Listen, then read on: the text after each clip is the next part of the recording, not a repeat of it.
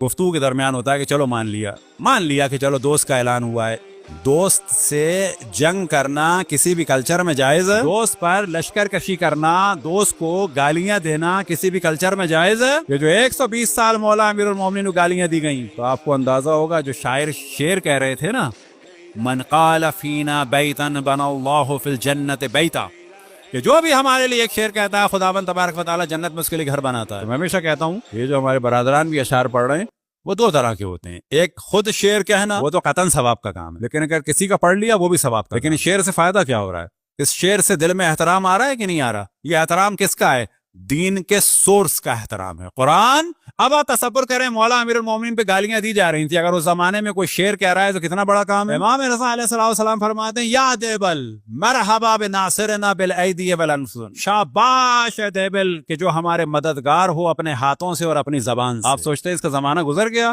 آج یہ ذکر اہل بیت اگر 50 سال پہلے ختم ہو چکا ہوتا ہے امام حسین کا، تو آج تمام قاتل و مقتول و ظالم و مظلوم یزید کو کہہ دیا گیا ہوتا رضی اللہ تعالیٰ عنہ. اور کلچر بنایا جا چکا ہے، اولڈ از گولڈ. ہر اس زمانے کا جو بھی آدمی تھا وہ کیا تھا؟ ان کا زور نہیں چلتا کہ حضرت موسیٰ علیہ السلام تو حضرت فرعون بھی کہتے ہیں. کس نے روکا ہوا ہے فرعون کو رضی اللہ بننے سے؟ قرآن نے. کس کی سیرت ہے کہ نبی کے مخالف کو رضی اللہ اور علیہ السلام نہ بننے دو؟ اللہ کی. آج ہمارے بات ہوتی ہے کہ بعض لوگوں کی مینجمنٹ اچھی تھی، دشمنان حضرت فاطمہ سلام اللہ علیہا کے فضائل پڑھتے ہو، مینجمنٹ اچھی تھی، پولیس انہوں نے بنائی. کون سا جھوٹ ہے پولیس انہوں نے بنائی؟ یہ وہ جھوٹ ہے جو مولانا مودودی نے اور سید قطب نے بنایا ہے. کہاں ہے؟ کہیں کوئی تاریخ میں اس کا ذکر نہیں ہے. پولیس جو تھی وہ حضرت موسیٰ کے زمانے میں بھی تھی، فرعون نے جو بھیجا تھا پولیس ہی کو بھیجا. مینجمنٹ کون سی مینجمنٹ؟ اگر میں آپ کے گھر پہ قبضہ کر لوں اور اس میں مدرسہ بنا دوں، آپ کہیں گے بڑا اچھا کام کیا، مدرسہ بنایا. اور پھر میں پرانے سے کپڑے پیمند والے پہن لوں، آپ کہیں گے بہت نیک آدمی ہے. بابا سوال یہ پیدا ہوتا ہے جس چیز کی آپ تعریف کر رہے ہیں، جس چیز کو آپ دین سمجھ رہے ہیں، وہ آپ کے لیے جائز بھی تھا کہ نہیں تھا؟ آپ کو قتل کر کے آپ کے گھر پر میں مدرسہ بنا دوں تو یہ دینی کام ہو گیا.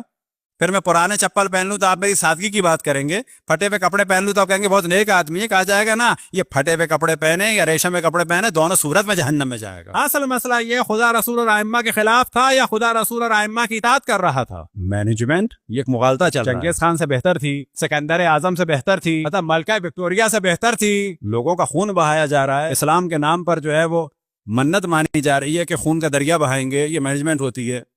رسول کی بیٹی کو قتل کر دیا، اس مینجمنٹ کے زمانے میں مینجمنٹ ہے. غدیر کا انکار سبب بنا. اب مشہور جملہ ہے، بعض دفعہ کہا جاتا ہے آیت اللہ العظمیٰ.